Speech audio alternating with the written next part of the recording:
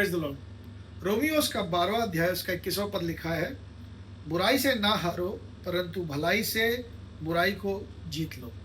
वचन कहता है बुराई से ना हारो पर बुराई को भलाई से जीत लो।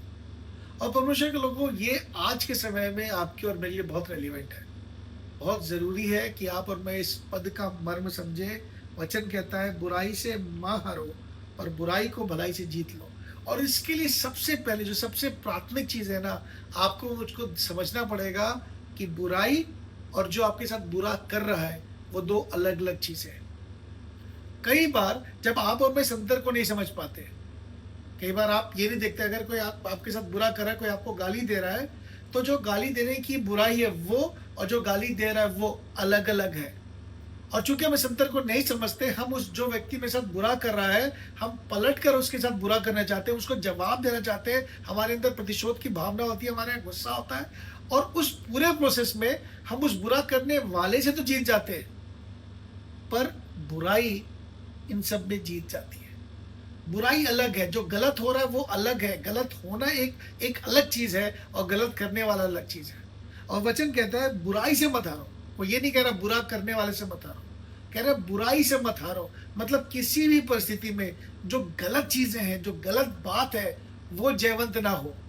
और उसके लिए जो एंटीडोट है, जो जवाब है, जो वैक्सीनेशन है क्रिश्चियनिटी का, वो ये है कि आपको भलाई करनी है। वो व्यक्तियों के विषय में वचन नहीं कह रहा, जो बुरा कर रहा है और जो बुराई झेल रहा है, इसकी बात नहीं हो रही। बात हो रही है जो बुरा है, जो बुराई और भलाई इनके बीच का जंग है। कई बार आप और मैं इसे पर्सनल लेवल पे लेते हैं कि मेरी मेरी बात है। नहीं, आपकी मेरी बात नहीं है। ये स्वर्ग और नरक की बात है, ये परमेश्वर और उस दुष्ट की बात है।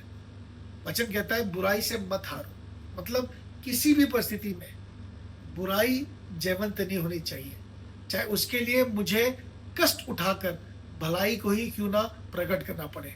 और कई बार लगता है ना भलाई करना कमजोरी है। भलाई करना कमजोरी नहीं है, भलाई करना एक आत्मिक श्रेष्ठता की बात है, वो एक आत्मिक सामर्थ्य की बात है जो संसार नहीं समझ सकता, जो संसारिक रीति पे संभव नहीं है समझ पाना। पर आपके मेरे लिए जरूरी है, अगर हम आत्मिक हैं तो हम आत्मिक सामर्थ्य में चले। और जब आप और मैं बुराई के बदले भलाई करते हैं, हम आत्मिक तौर पे सामर्थी होते हैं और उस बुराई को हम भलाई से जीत पाते हैं। परमेश्वर के प्रियो, वचन कहता है बुराई से ना हारो पर बुराई को भलाई से जीत लो। God bless you.